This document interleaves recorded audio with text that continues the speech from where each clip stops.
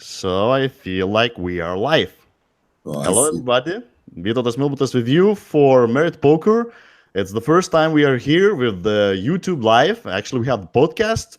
I'm in my country, in Lithuania, and we have Timur Margolin here from Vegas, our like regular Merit Poker, the part of our community, and he's here with us. He's grinding now. It was pretty tough to have that kind of schedule to find this like spot to have the conversation, and I'm super excited. I'm really glad to have him here on our conversation, and it's up to you if it will be long, it will be short. I strongly believe we'll do two coverages. This one when he's like hot, when he's still in Vegas, then he's grinding, he's like 1 week after the win, and he will have some tournaments to come. He said he will leave in 30th of July. So, and next one when he will come home, everything will be no rush, and he will there think about the hands, and we will talk about them. So this one, it's short, it's hot, it's just like emotional, and his daily routine of the Vegas and etc. So thank you, Timur, for being with us here today. Hey, what's up? Thank you for having me. That's cool. I'm also very excited to be here. Okay, so probably we should start from the beginning. I mean, I know that you've been in Vegas for like lots of time before, and you were like you were grinder online, and I know that it was amazing that you had the second place before in the same tournament 4 years ago, if I'm not wrong. So what was your plan for this one, and what? Okay, let's start with the history. What was your feelings about the Vegas, etc.? Um, well, Vegas, when you go to the World Series, is pretty exciting always. I've been in Vegas for the first time in 2014, and when the first time I got here, I pretty much said, okay. When I played the main event for the first time, I said, okay, I'm not gonna miss the main event ever. Like, I want to be like Doyle, I want to be on that little scooter. There's like little motorbikes that people go around the Rio hotel in, like that. When I want to be playing this is the best tournament of the year. This is the best poker tournament you have, the WSOP main event. So that was pretty much what I said. I said, I'm not gonna miss it ever. I'm gonna come here every time. So far, I've been able to do it almost every year. 2016, I missed it. I think 2016, I haven't been here. But yeah, it's pretty great. Like, it's pretty great to come and play all these huge tournaments. All these like amazing fields and big tournaments, and try to win. The bracelet and all the monies. So that this specific tournament, the 2500 no limit, I played it in 2015, the second time I got here, and I got second. I lost heads up for the bracelet, which was, very disappointing, even though it was a good result.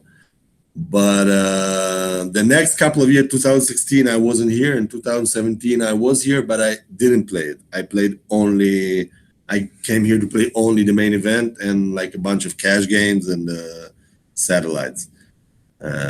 So now this year I did have a chance to play a lot of tournaments. That was my plan, to play and come here and play, as much as I could. And yeah, it turned out pretty amazing that in this specific tournament, the one that I got second in 2015, I managed to do another run and ran pretty hot and end up winning it.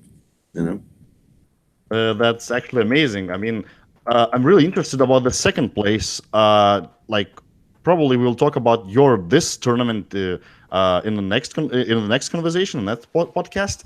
But this time, let's talk about that disappointing. It's called disappointing second place in that one. Okay, you felt like you were better in the first one as your opponent. What was the feelings? And of course, you went so experienced. And what about what was your life experience before for the like in these 2015? What was like? Had you depression after the second place, or can you talk about this one? And of course, later we will compare the victory you had like a couple days before. What was about the last one in 2015, the same tourney? The Yeah, first of feeling. all, uh, I'm a way better player nowadays than I was in 2015. That is for sure. I worked a lot on my game. I had a couple of rough years between those, and my opponent back then, my opponent played fine. Like he played good, but he just ended up winning most of the flips, most of the big all-in situations, and I'm for sure a way better player than I used to be in 2015. That is like, if that wouldn't be true, then I'm doing something wrong, it should be that way. So also this time my opponent was Ismail Bojang, who's a very good player, like a very good German player, a very good live regular who plays all the tournament. He's like recordsman of or like eighth all time in cashes without a bracelet or something like that. Yeah, I So heard that when I was watching that your final table. Yeah, I heard that I mean, guys said like that. Yeah, true. so he's a great player. Like he has so many great results, so many great runs, and it could really go either way. This time it was my day, like basically all these big all-in confrontations went my way, and I got like he won a few pots off me, and then I got like kings into his nines. I just got a setup where the cards play themselves. So, and then I won a few all-in situations.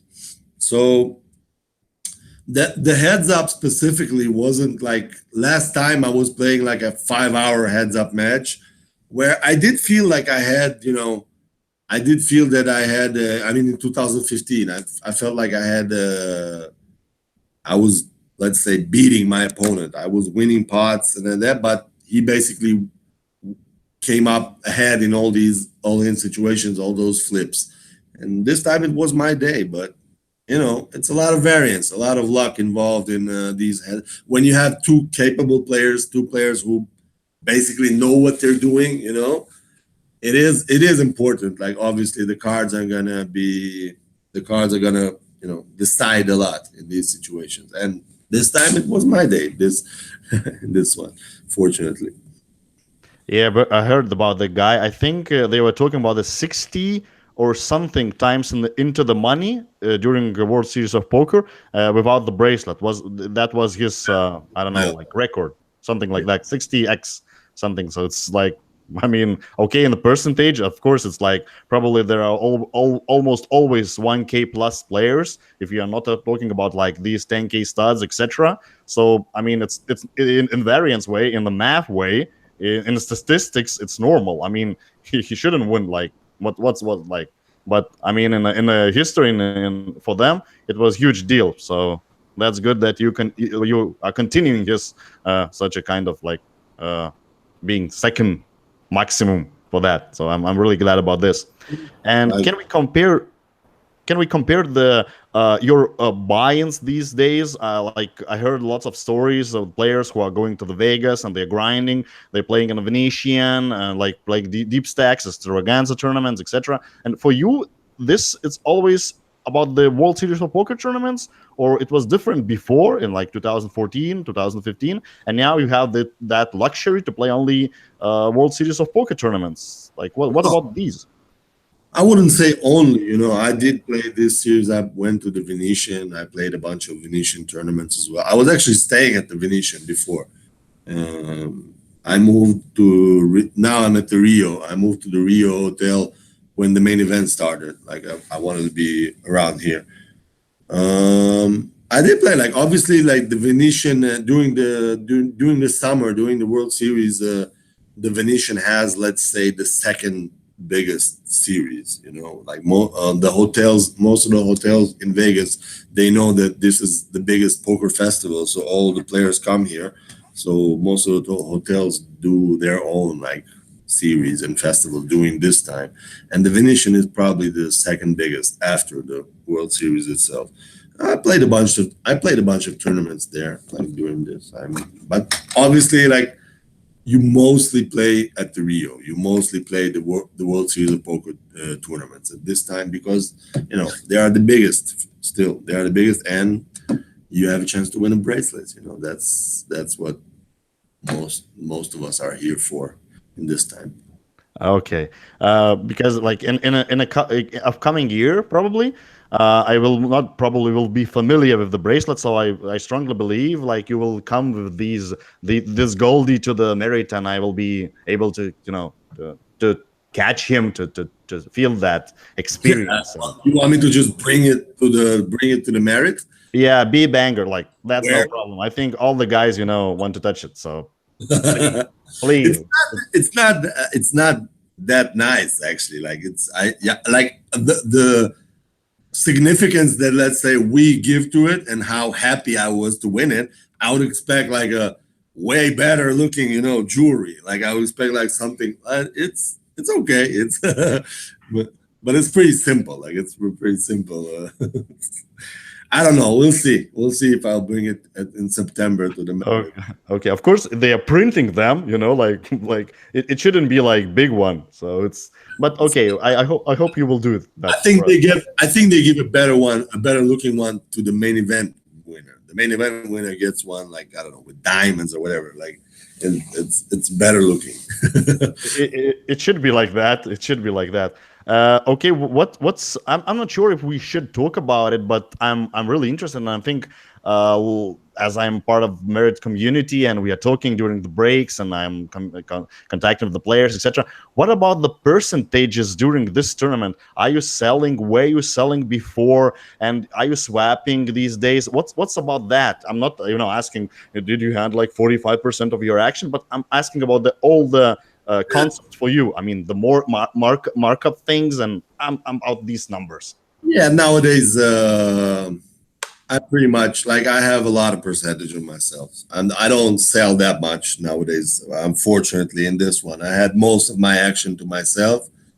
I have I sometimes swap with some friends, and some friends who are, who come to the merit with, yeah, well, them, like the guys I'm hanging out with all the time, like Ronnie Lani and Uri Reichenstein, and these dudes that I'm hanging out with mostly.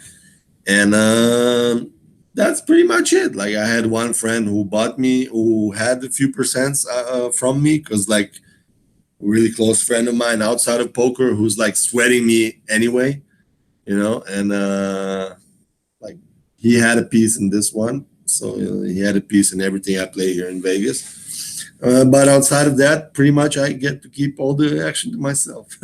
Why use the word unfortunately? That's the No, like no, that's I said fortunately. I said fortunately, not. okay. It's the I'm talking a lot, but I have problems with like hearing people. So Yeah, I said fortunately, not unfortunately. okay. And what about the markup? Like, let's say you are selling for the main event. Of course, I'm interested because we had the conversation like a week ago in a like Lithuanian poker community, writing on Facebook, etc. What you like honestly? You think what's your should be what was your markup like if you were selling this main event? Okay, you were winning the bracelet, etc. But like, let's say now without the bracelet, what's you think what was like the real percentage for your main event? Yeah, it's tough to say. Like, I mean, obviously, like, winning players in winning tournament players, I don't know, online or live, whatever, should charge a pretty big markup in this. Because think about it this way: this tournament is played by 8,000 people. So how many of them are really good players? That's like, I don't know, 8,000, 7,000 people, something like that. So most of the tables you're gonna get, a good player gonna have a decent edge. He's gonna be like, every time you put in that buy-in, you're making money basically. Like, if you're a winning player and you have like a winning solid history. So I don't know about numbers. It's hard to say. I would say, like, also, like, let's say I personally, I have also a tax situation. Like, Israeli government, we have a treaty with the United States. So I owe tax. Every time I cash out here, I pay 30%. So that's also significant. I don't know, like, what's a fair markup? It's hard to say. Let's say, you can say like this. You can say that a good player should have realistically can have like a 100% ROI, like a return of investment every time he puts in. So every time, let's say I put in the main event, the 10,000 buy-in, I should be like long term making approximately I think like 10,000 is a realistic number, like basically doubling the money up. So when you charge markup, it should be like a little bit less than what you're making long term, because you want the investor to be able to make money on his investment. You want to allow the investor to do like an investment which is gonna be profitable to him as well. So I guess numbers in this it's really hard to say, because these things, this is all hypothetical, this is all we assume this like long-term math, but we're probably none of us in our lifetime is going to be able to, to realize exactly their equity, because it's like so many, you need to just play so many tournaments, which is in live poker, you're just not going to play as many tournaments. But all these hypothetical like situations are, you can assume. If you ask me how much markup would I charge, it's even like hard to answer. I don't know, like 1.5, let's say, or something like that is. Yeah. I know some people charge like, if for the main event above 2, they charge like 2x markup or something like that. Is it fair? I mean, I'm not sure. I can say yes, the fields are amazing. You have so many on day one in the main event. You have so many great tables. You have a lot of amateurs, a lot of American guys who are just, that's like the only tournament they play in a year. That's like for them, poker is like, yeah, the main event in Vegas. That's the only poker tournament they play. So they're not good. They're not playing. A lot of them are not good. But how like to translate it exactly to like to that markup, it's pretty tough to say. But I know some high stakes players like can charge like above 2 or something like that. But is it fair? We'll never know. I guess they'll never realize that exact equity like lifetime. That's the. Okay, got it, got it. Actually, that's true. I think like 1.5, it's at least one, because if you are going to Vegas, that's the way to. If you are playing the main event, etc., and the levels, we were not talking about that. That was super good structure. You are able to recover almost all the time, day one, day two. I mean, that's another key. Then you're not like putting the chips, all the chips inside the middle when you're not the goods, and you have the reads. If they're playing once per year, they like the hands are shaking. I'm talking about the simple ones, but etc. So it's the like printing money in a, as you said, long term. The only problem, as you said before, it's only we're not sure. Probably never. We are talking about long term in live tournaments, especially in that one was once per year. That's the key. Yeah, that's. So another thing I want to talk after. Okay, probably we should talk about your main event this year, but it was pretty disappointing, as I probably could expect. Yeah. Yeah, didn't wasn't able to to get stuff going in the main event this year. Then I never really had a stack. Didn't build a stack. For actually, like first day one was pretty much like I registered the main event not from the beginning, like not like I usually do, because I actually was trying to play as less as I could then, and just try to make it to day two. And the reason for this was like I had a few after I won the bracelet. I felt like there were a few sessions where I didn't feel I brought my A game. I didn't feel like I was playing the best as I can. Like I had, let's say, I wasn't stable. Like I had one session which I'm playing very well, and then the next session after that, I made like a pretty big mistake in a significant hand in some other tournament. So I felt like, okay, maybe maybe the adrenaline is still there. I'm pretty excited with my run, with my win. I felt like I needed a little bit of rest. I felt like I cannot, like I'm not coming to each session as prepared as I should be, you know. So I said, okay, I'm going to need a few days rest. And I decided that day one of the main, with the main being such a slow structure and such like a long tournament, you know, that like if you make a run in that one, it's like day after day after day of full day playing, like five hours each day of 2 hours, 2 hour levels and breaks like that. It's these are very long days. You play a lot of poker. So basically what I wanted to do, I wanted to play day one as early as I can. I registered to day 1A and I came on like almost the last minute you can register, which is like on level 3. On the third level of the day, you can register. So I came almost 20 minutes before the end of day of level 3. I just wanted to play 2 levels, get the day over with, and go get some rest. Like rest. Then you play day 1A, then you're gonna have day 1B, day 1C, and you're gonna have 2 days off, you know.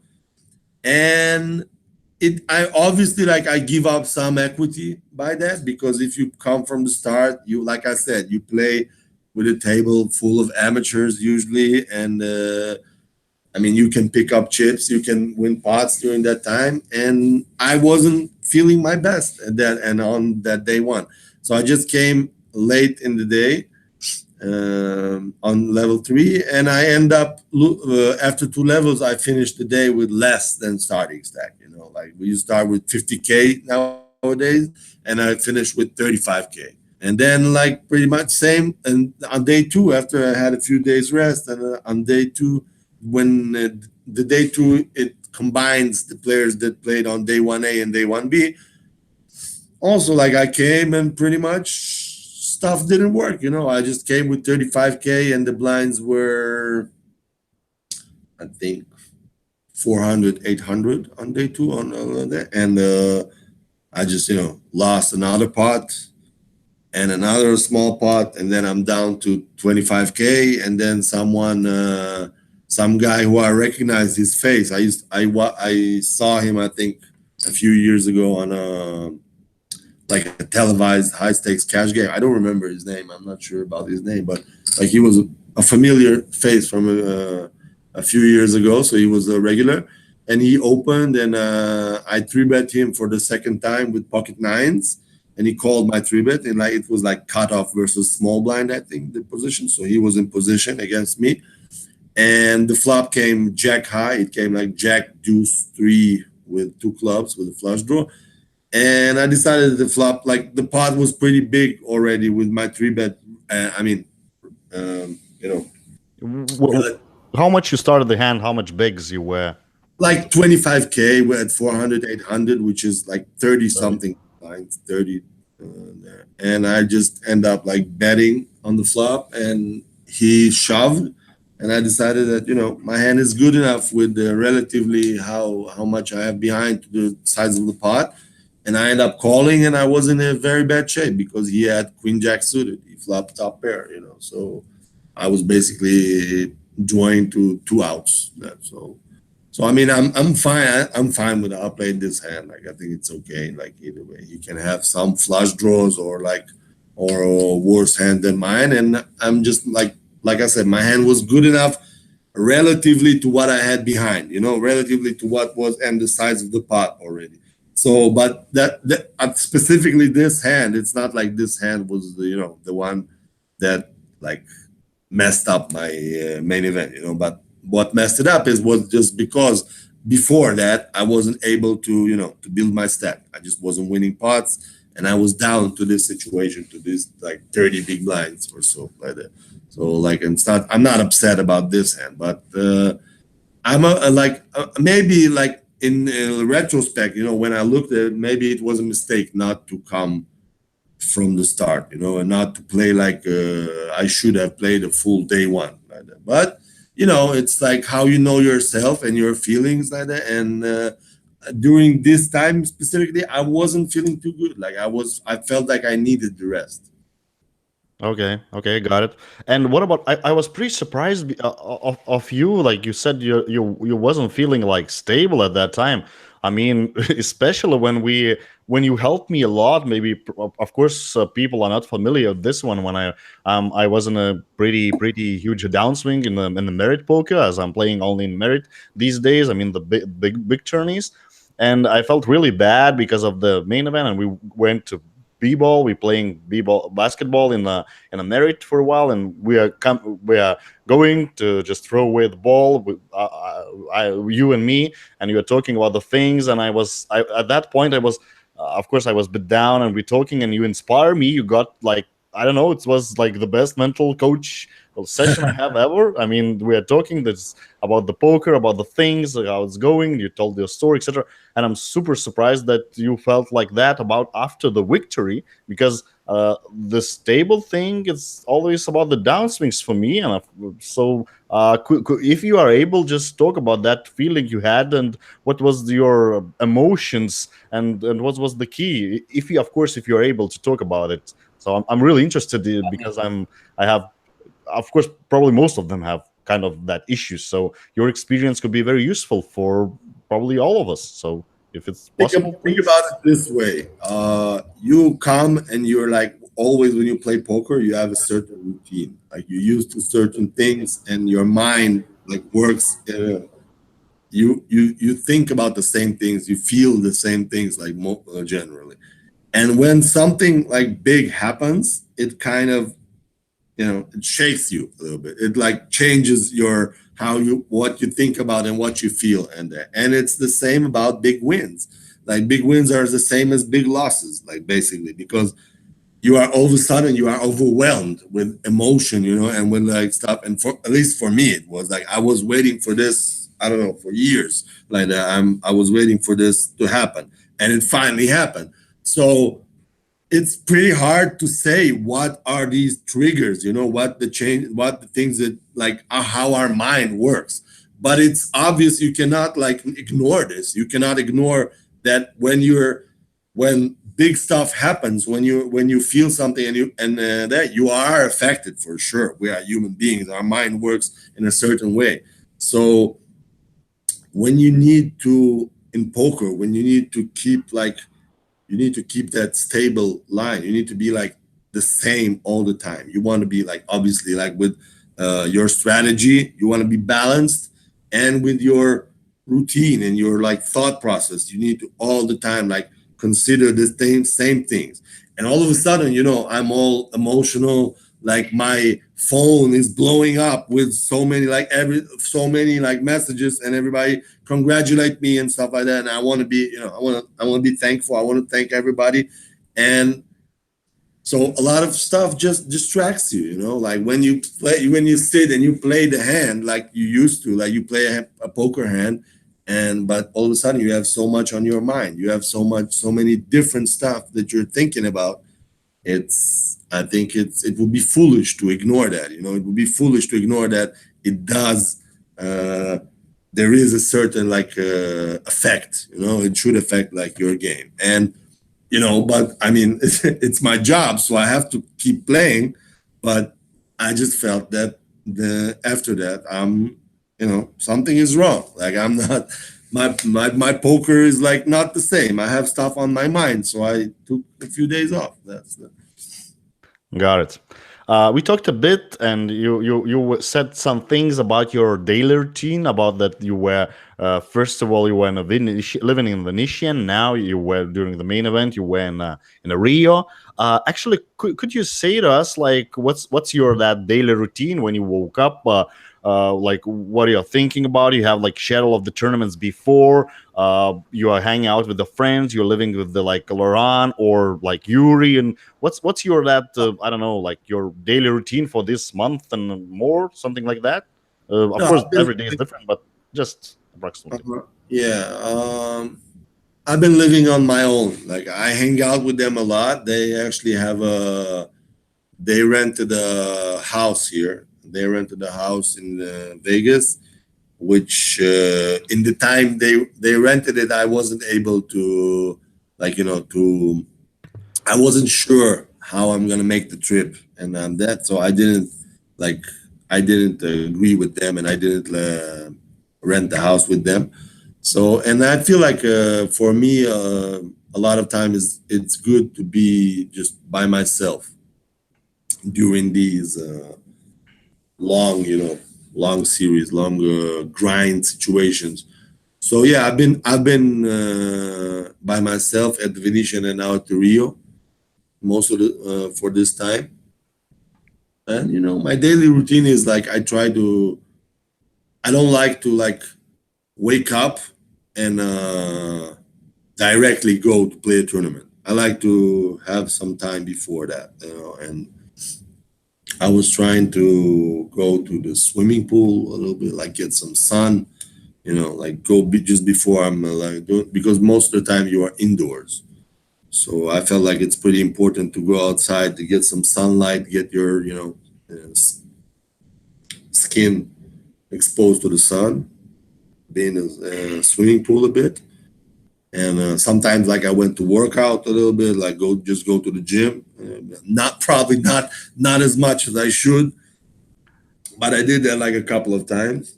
But most of the time, just like sun and pool. Okay. Okay. So let's say you have day. How long per day you are playing? If you decide like to have it, like you're playing like 10 hours, 12 hours per day. What's like Hmm. approximately? I'm talking about live poker, of course. Yeah, something like that. 10, 12. And you are here for more than a month. Yeah, something about the month, I approximately. came on. Excuse me one sec. Yep. So, guys, if you are watching and you're interested, you always are able to ask the questions. To more, of course, you are able to. I'm here always for you, so you can ask me about the merit poker, about the uh, general poker, and of course, it's all about you. This conversation is for you, and you will help me a lot if you make any questions. And of course, Timur will be much happier because, of course, I have one perspective point of view, and of course you're interested in different stuff, so feel free, just write in the YouTube comments. And if not today and you're watching, we will, of course, I hope we will have the second conversation with much more poker hand strategy about the his final table if he won the bracelet, and just take that question for the future. And of course you're always able to ask me in about the poker and about these for our players in my Facebook page or the Merit Poker page.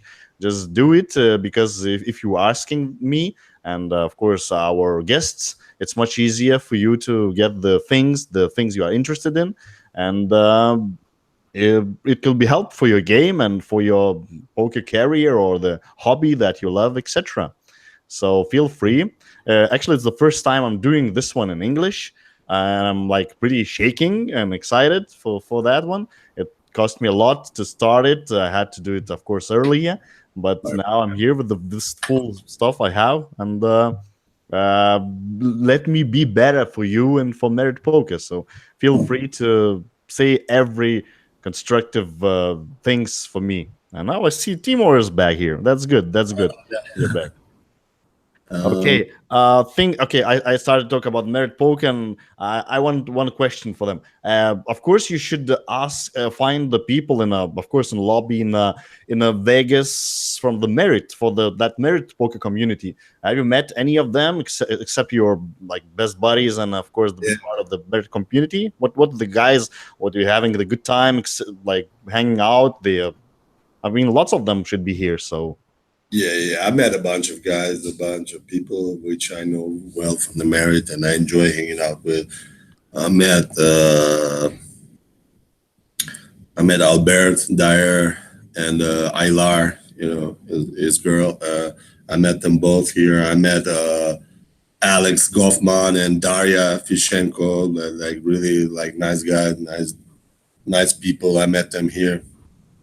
Um, who else? Mm, not sure. Yeah, I met some other guys. Like, but a lot of people are here who come regularly to to merit poker. Like obviously, all like both amateurs and professionals. Like everybody in Vegas pretty much brings everybody together. Everybody, everyone who loves poker and who plays a lot, like come here. It's pretty amazing. Yeah, of course, it's a mecca, and it's time for doing that.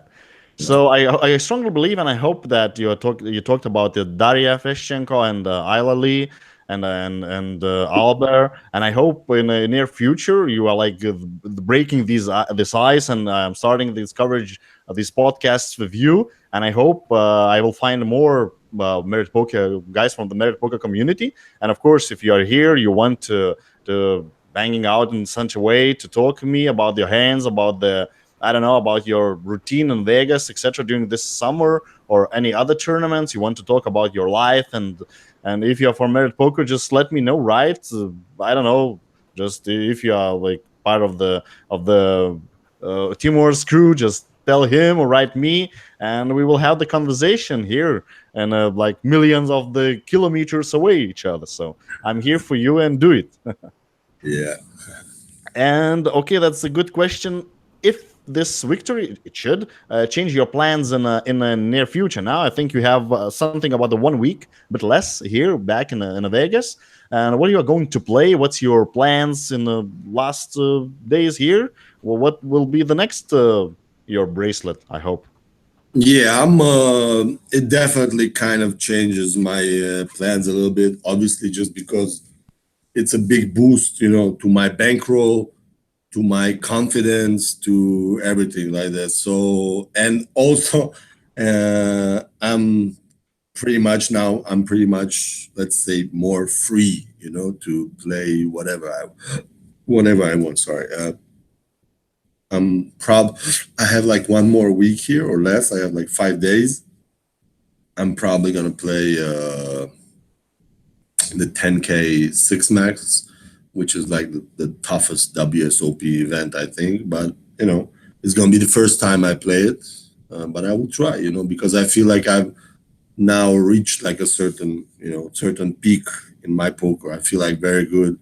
Actually, I made another run. I'm busted 17th yesterday from a 1500 event, and felt very good throughout the days, like day one, day two, day three. I felt like every day I'm stable and I'm bringing my A game like every day. So I'm feeling good now, and now I can allow myself to fire the like even the higher stakes tournaments like that. So I'm gonna try the 10K six max. I think I'll probably end up. I'll probably play the little one drop before that. I think it starts.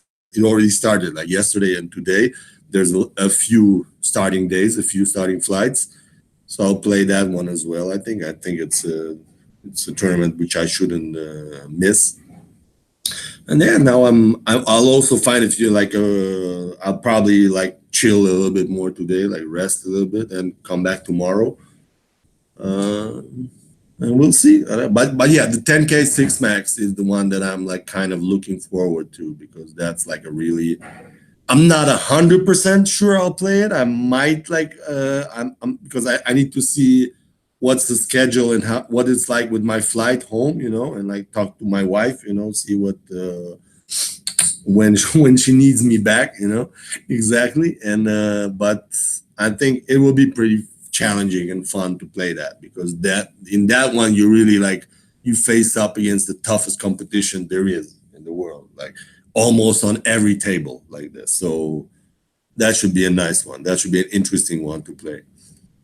It's really nice to hear that, because like for me it sounds really exciting, and that's for sure. Like it's one of the should be toughest, because one of the biggest buy-in and big field and etc. So that's good one. Like that's really interested. The thing Another about thing, thing huh? about it too. Sorry, I'm interrupting you. That it's like All good. not. It's not the biggest buy-in, because you have like all these super high rollers, like 25K, 50K, 100K, a million even you have here. But so this one, it why the 10K six max? Why it's the toughest one in the WSOP? Because it's not that huge that it doesn't attract like all the amateurs, all the like rich businessmen or whatever that play high stakes, but it is still a high buy-in event. Like it's a 10K tournament, and it attracts like all of the top professionals, all of the top regulars, but like not as many amateurs, you know. So that's why it makes it kind of like it's kind of a known fact that even if it's not the highest buy-in, but this one is the toughest tournament, like the toughest competition because it's like, and it's a six max, which six max is like, you know, just all the time. There's like, let's call it war positions, you know, like all the times there's like, even if you're first position, you're under the gun, you're basically on the hijack, you know. So like, so it's all the time. You're in action almost all the time, and all the tables are tough. They're full with like top professionals. That's the And okay, we haven't talked about the money for a while. And okay, this have you? Of course, you're now grinding and you haven't time to think about it. But are you trying to think about the investments? Are you have some plans to play more tourneys afterwards? As you said, it changed your bankroll, and of course, the situation now is different when you're able to choose tourneys like 10K, six max, etc. The bigger variants one and the tougher field. Well, what's your like first thoughts with like this, like half of the million, like, and etc. What like you play more live games, like you invest in something. It's like first your sights and okay about this one. yeah. In general, like I've been having a pretty good year so far, and in general, my plan was for this year to like pump up my volume, play more tournaments. Me and my wife, we agreed that like, okay, it's a good time for it, and I'm gonna be traveling more. And I changed like my my tax status at home, and that I'm being, you know, a full time poker pro, like for that. And yeah, and that this obviously this score just allows me to continue with this plan, like just play as much as I can, travel. I'll go when I come back. I'll probably rest for some time, spend time with my kids, you know, have a family vacation. I'll probably come to the Merit for a family vacation, you know, not for poker, not to like play, just to relax with my family. And after that, I'll continue. I guess I'll go to Barcelona probably to, you know, the European Poker Tour. Then I'll come to Merit at September, and we'll see. I will see. I'm not 100% sure like what to, but yeah, I will keep playing as much as I can. You know. And you're like talking about the live poker exclusively. There these days, it's all about the live games. Yeah. Yeah, I'm not much of an online player nowadays. Like I play sometimes on, you know, I might like play sometimes on doing series and stuff like that, but not too much. Mostly I just travel and play live. Do you feel that it's much different it was before? Are you hungry for the live games? It's about the bankroll. It's all about the time planning. It's about the different money, and You like you're mean not motivated to play online. What's well, you know, I'm older nowadays, man. I'm gonna be 35 in October. So, and I have two sons. So, I'm during the time when I'm not traveling, when I'm not playing, I'm just a dad. I'm just like I'm just raising my sons, you know. So, and now like I obviously like right now I haven't seen them in almost 3 weeks, and it's gonna be like I haven't been at home for a month, so I miss them a lot, and they miss me. You know, I do sacrifice some things and for that. So when I come back, I'm gonna do whatever I can to just spend time with them. You know, and sort of catch up. So I'm not much. Yeah, I don't have that energy anymore for just like grinding every day, like playing online. You know, every day playing tournaments from morning, and I have other things in my life. You know, like that. So it is what it is. Nowadays, it's just me, my family life, and the live circuit. You know, the live schedule of live tournaments. That's my life pretty much. Trying to so that means that balance. means this victory for you gave you opportunity not to play in your own country like these cash games, etc. You will spend much more time with your family. You're getting Well, much live EV, and you are going to the circuit to the bigger events like for the next years. Sounds like that, yeah. Probably, yeah. That's probably what I'm gonna do. Like skip the cash games and like smaller ones for the grind, and then just focus like So live I think, TV, big one. Yeah. yeah, I think so. Pretty much, it's gonna give me more opportunities to just to do more stuff with my kids and be like more, be less like to miss. Let's say less to miss less of their lives. It sounds really mature, and I'm really happy to hear this stuff for you from you. Thanks.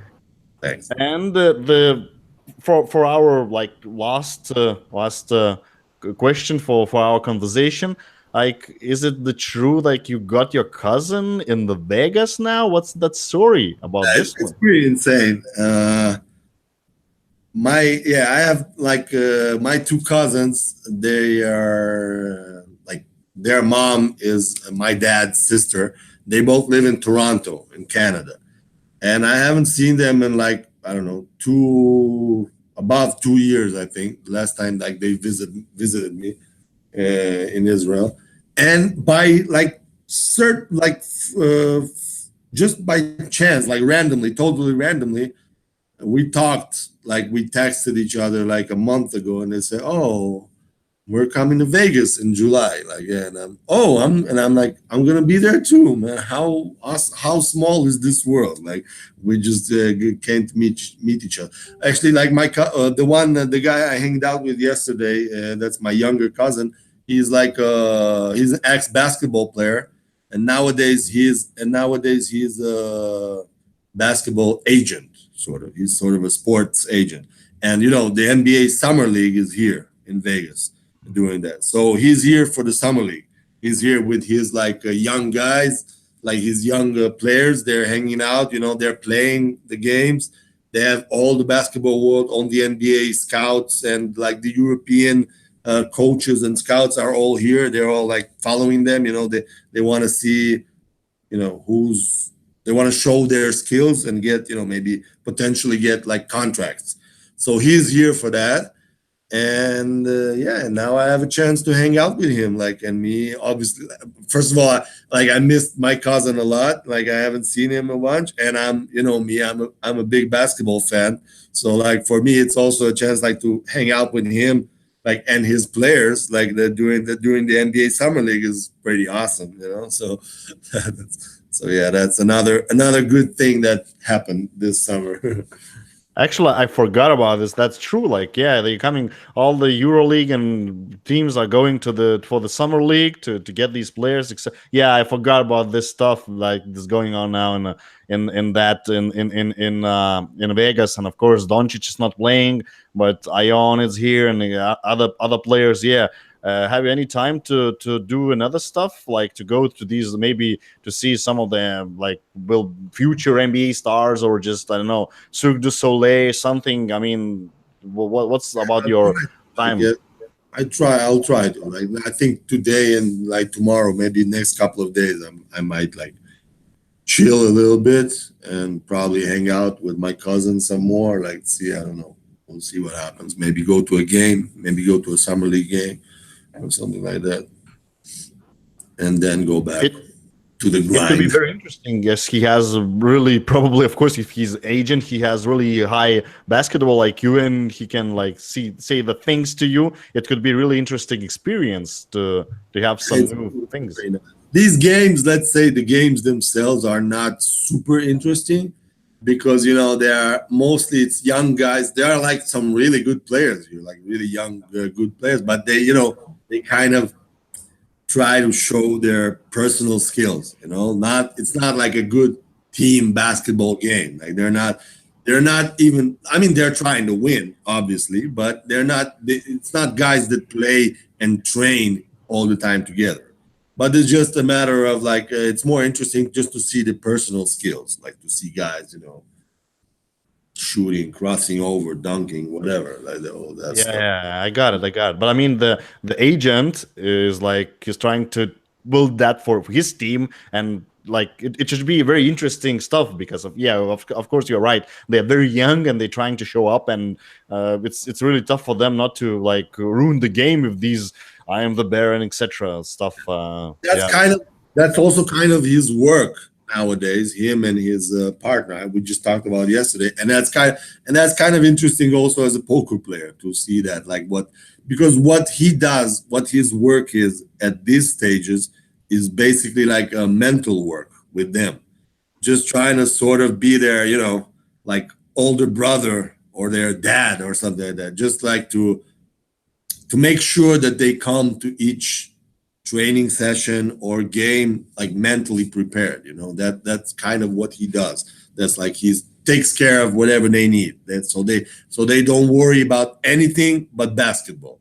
And it's pretty interesting because it's like we talked, it applies to poker as well. Like when you need that grinding routine, like that stuff, you need to be focused on that, on what you do. That's So it's pretty much the same with them, and it's pretty interesting to me, like to see how he, takes care of his players. That's the That that's makes sense. Like it seems like staking, having the crew, the players who are you are mentoring, you're coaching. You have them, and you're trying to like think about their lives, and giving the money for their like I don't know, hanging out, etc. So, and this weekend I was in a kind of like festival, but actually it wasn't the pure festival. It wasn't.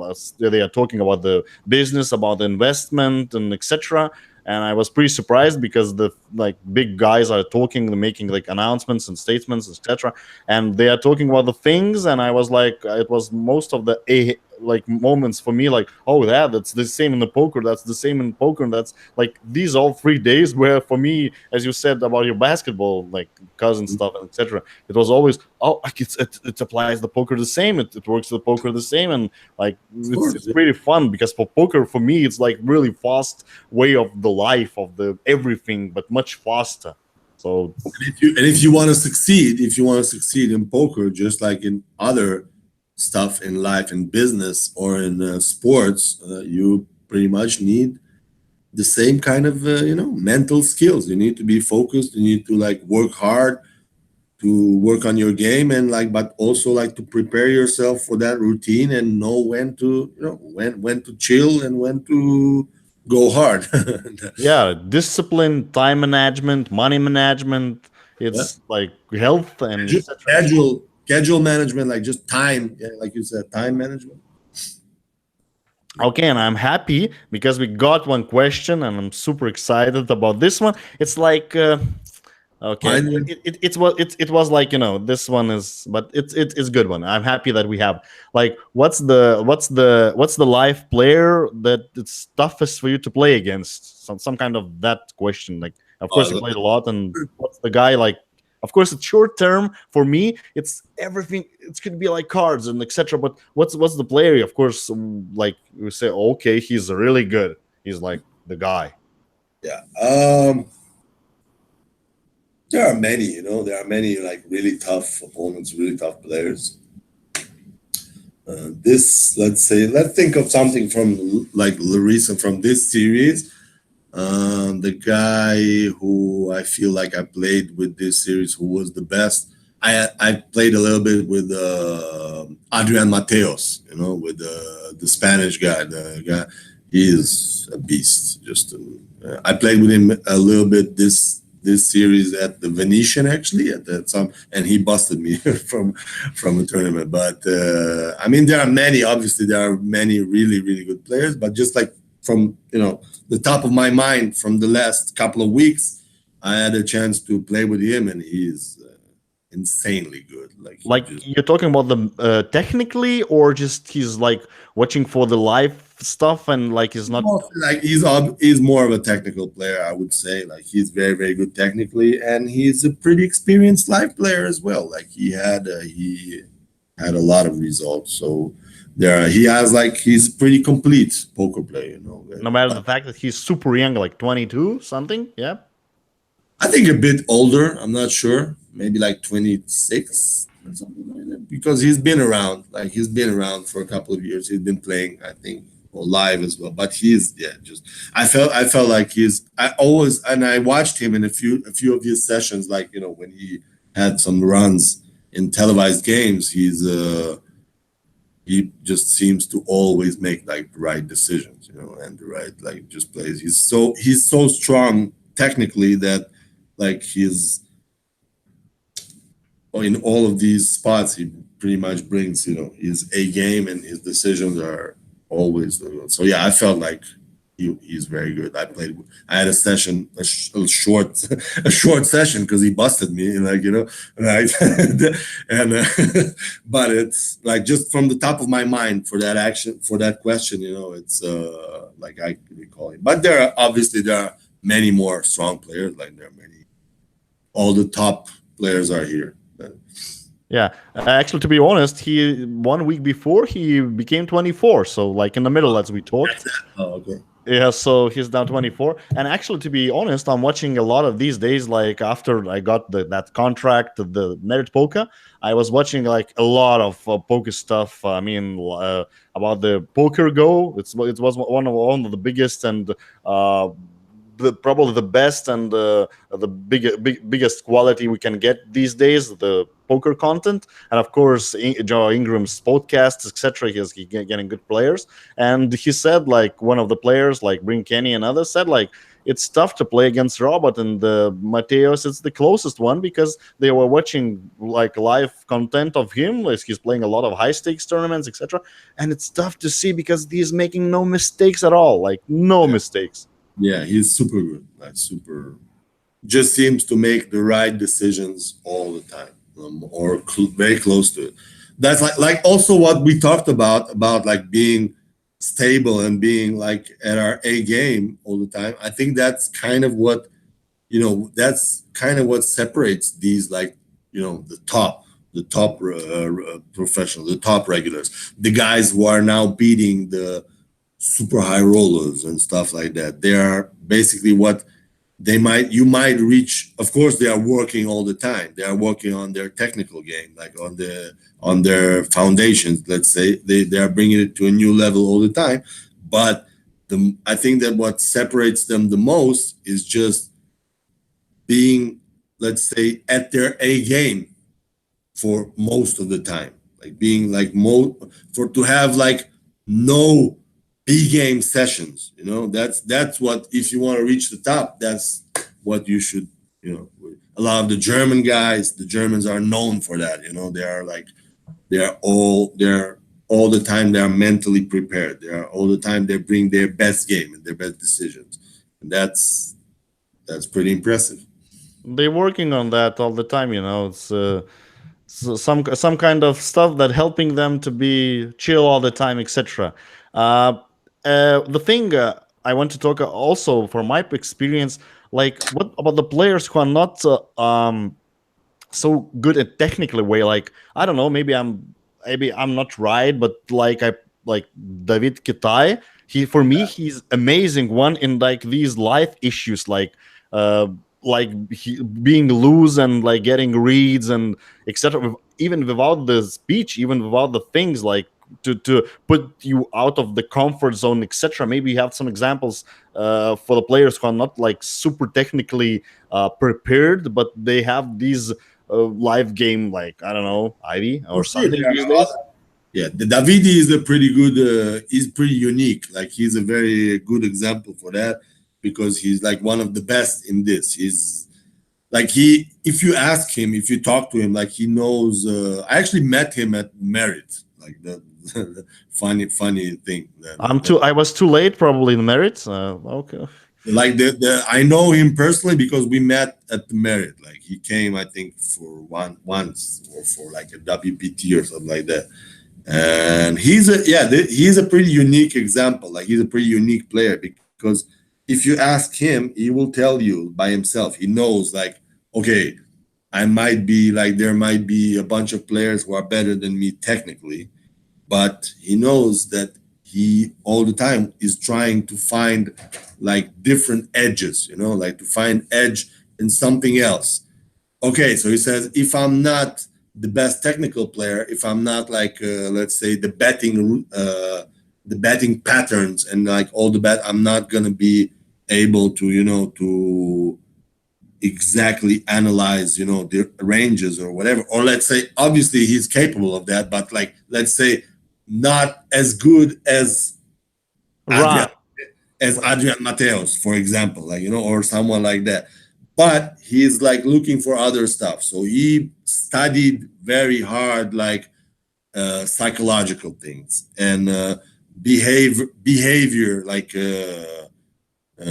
behavior science, like psychology of how people react to certain uh, things happening to them, and how we like you know how you say that, like body language, something like that, like how we uh what how we react, how we say, what makes us think positively or negatively or whatever, all these things. And he's one of the best in this. Like he just knows, he just knows a lot of the time his instincts, and he gets some info from dynamics, from what happens in the game and how the person acts and how you look or whatever. He just knows. He knows all the time. Yeah, it seems like it.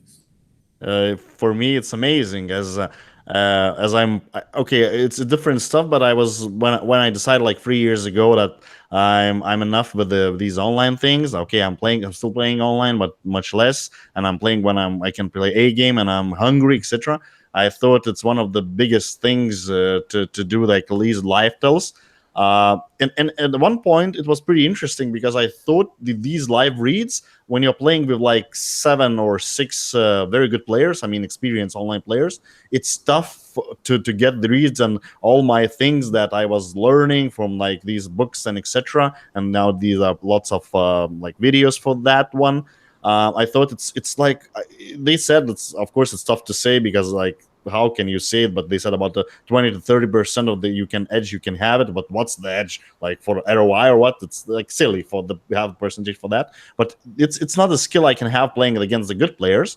But actually, the one of the last trips on the merit, I was talking to the Lithuanian guy who I really respect in the live games, and he has good results. He's pretty young, but and he said like it's unique, like if we are talking about it, like they coming these fun players who are old, they experience and they're not giving the tells so much, but these live players, these online players, kids who are like most of them are they coming for the merit for the first time, so they're staked, and and they are like probably like got some tournament they result in online, and they're giving they're giving the thing for you, they're giving away lots of information. And actually afterwards they thought about it, and I was thinking and I was looking at them, that's true, it's unique, and it's like wow, like Just like moment for me, they're giving that stuff.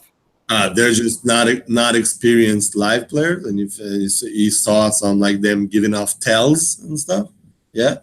Especially when they're not getting when they are not familiar with the live, okay, they played a lot live games a bit, but they're not familiar with these, when they getting pressure, the dynamic things, and during the different dynamics they're giving you reads on that, when they're playing against the recreational player, they're a bit different, they're not they are kind of relaxed and they know what they're doing. But then when you're putting some kind of pressure, uh, okay, in merit I'm not giving the like talking pressure, these things these days, but I'm talking about like you're free betting a couple of times and what he's thinking, that he will maybe burn in some situation, or he's lots of things I don't want to say them, but it's like they're giving the reads. And this, wow, really the live poker will never be Yeah, die I think, because of these stuff. I'm not expecting to have the reads from them, but yeah, I guess maybe. I think it should be,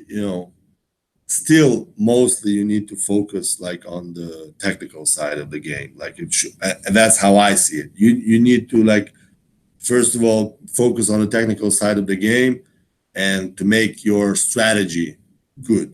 To make your strategy like solid, and for you to be able to, let's say, solve many situations, like solve like what is the best play in that. So but for sure live game experience helps. So if you when you have close spots, when you're not sure where you might be, it's close, you might be in your range somewhere for whatever, to need to be able to like maybe call, maybe fold or something like that, and you are not sure where your opponent is in his range, like if he, because it's he can have many good hands and also many bluffs. It is possible.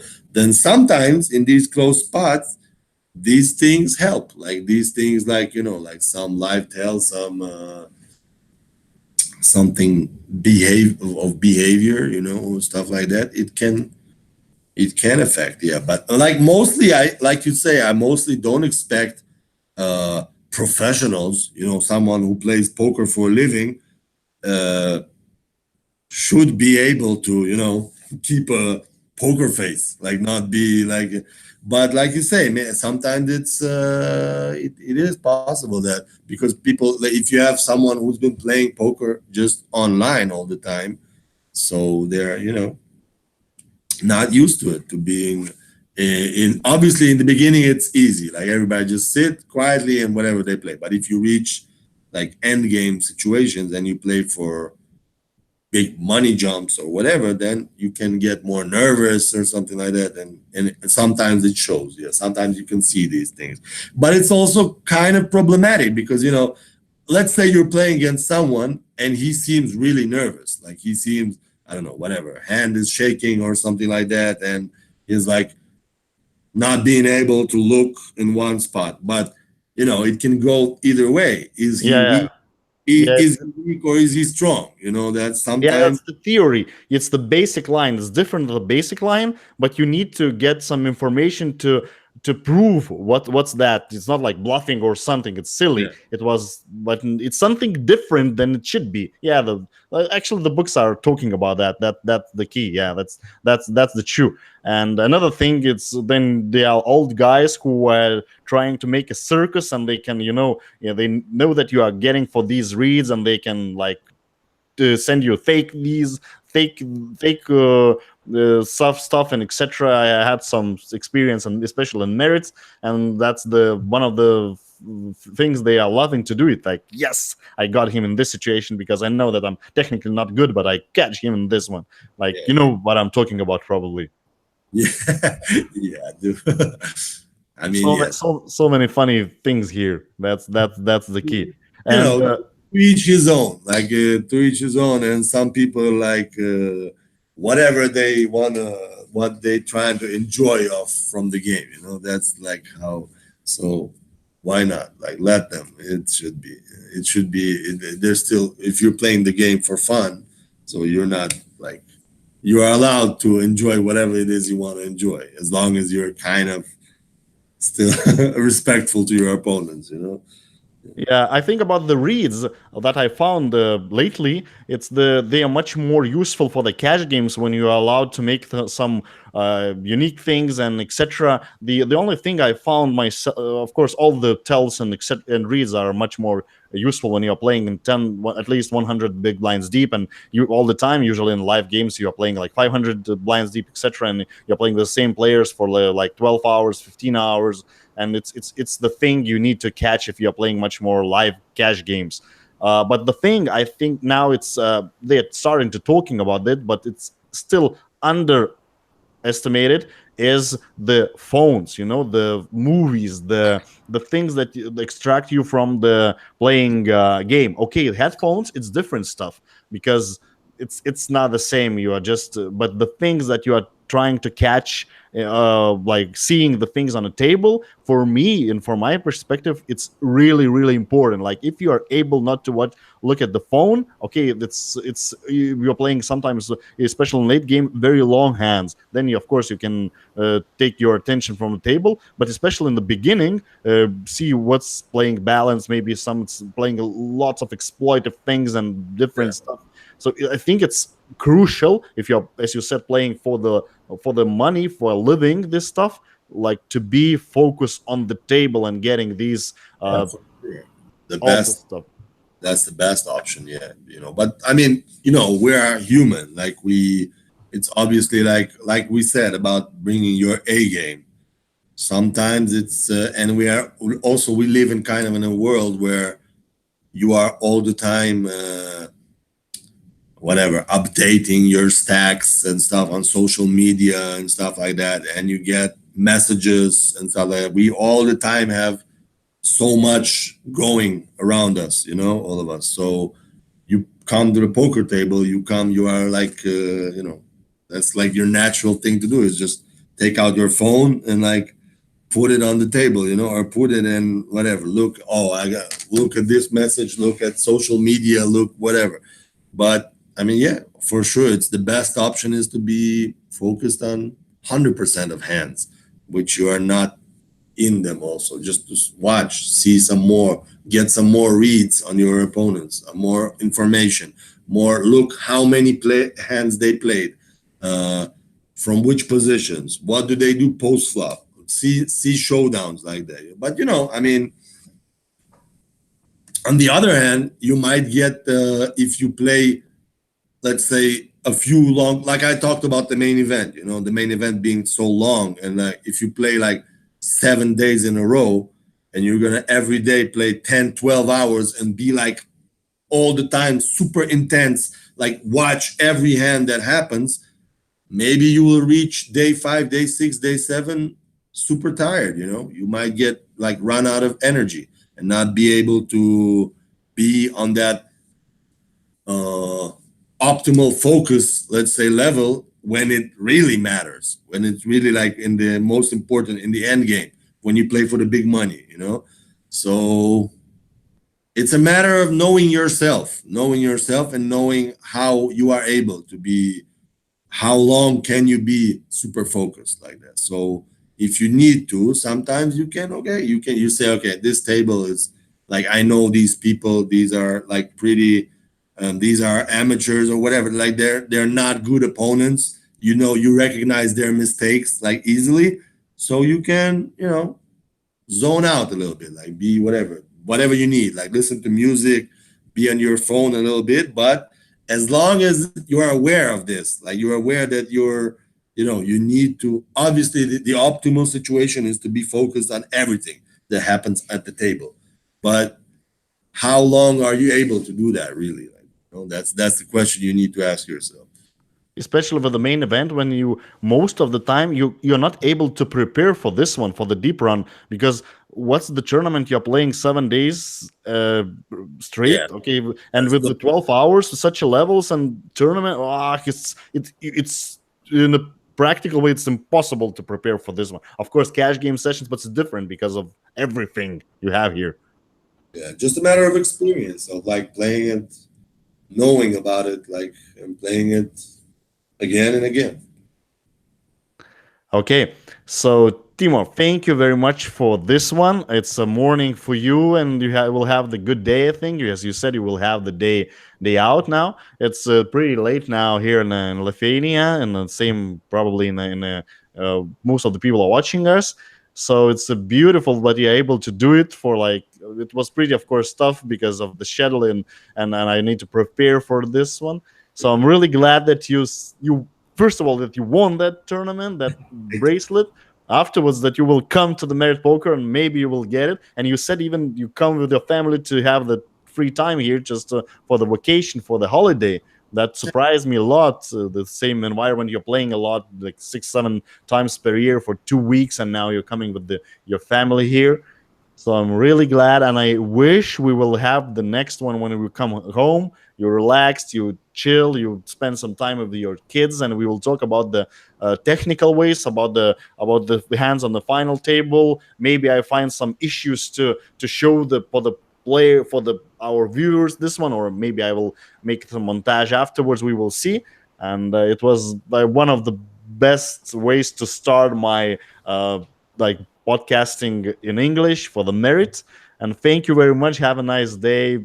Send some cheers to Ron and Yuri and other guys, and chill and win 6 max, I think. I hope so. I hope so. Thank you. Thank you. Thank you for having me. It was I enjoyed it too. It was a very nice conversation. Appreciate that. And guys, thank you for that and see you soon. Bye. Bye bye. See you.